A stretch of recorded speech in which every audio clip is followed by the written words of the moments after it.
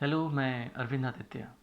आपने अक्सर देखा होगा कि योग में आसनों के नाम, कई सारे आसन ऐसे हैं जिनके नाम पशु पक्षियों के नाम पर रखे गए हैं। इससे यह शंका पैदा होती है कि क्या आसन पशु पक्षियों से इंस्पायर होकर गढ़े गए हैं, रचे गए हैं। हम इसको समझने के लिए चलते हैं पतंजलि के योग सूत्र पर। योग सूत्र में आसन की परिभाषा देते हुए पतंजलि कहते हैं, स्थिर सुखम आसनम। जो स्थिर है, जो सुखपूर्ण है, वही आसन है। यानी जो स्टेडी है, जो कंफर्टेबल है, वही आसन है।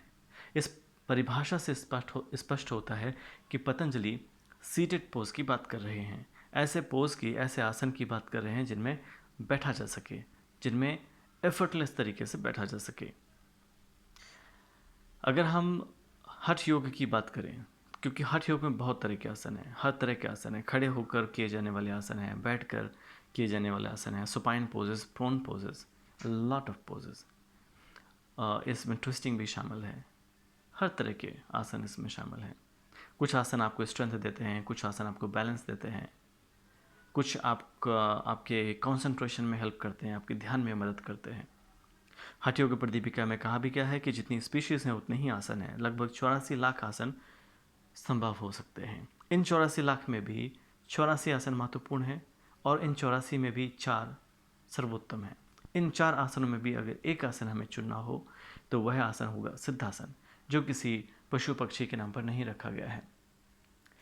और इसके अलावा हम डीपली एनालाइज करें अगर आसनों को, तो हम पाते हैं कि आसन, जितने भी आसन गढ़े गए हैं, वे सब शरीर की एनाटमी को और फिजियोलॉजी को ध्यान में रखते हुए गढ़े गए हैं।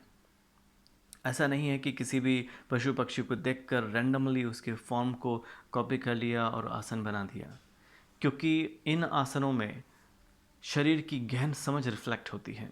अगर आप डीपली इन आसनों को, इन पर रिसर्च करेंगे, आप इनकी प्रैक्टिस करेंगे, आप इनको समझेंगे, देन यू विल अंडरस्टैंड कि कितनी गहराई तक ये आसन हमारी बॉडी को समझते हैं, बॉडी को समझते हुए बनाए गए हैं। यही आसनों का बेसिस है। तो मुझे उम्मीद है कि आपको इस मामले में कुछ क्लैरिटी आई होगी।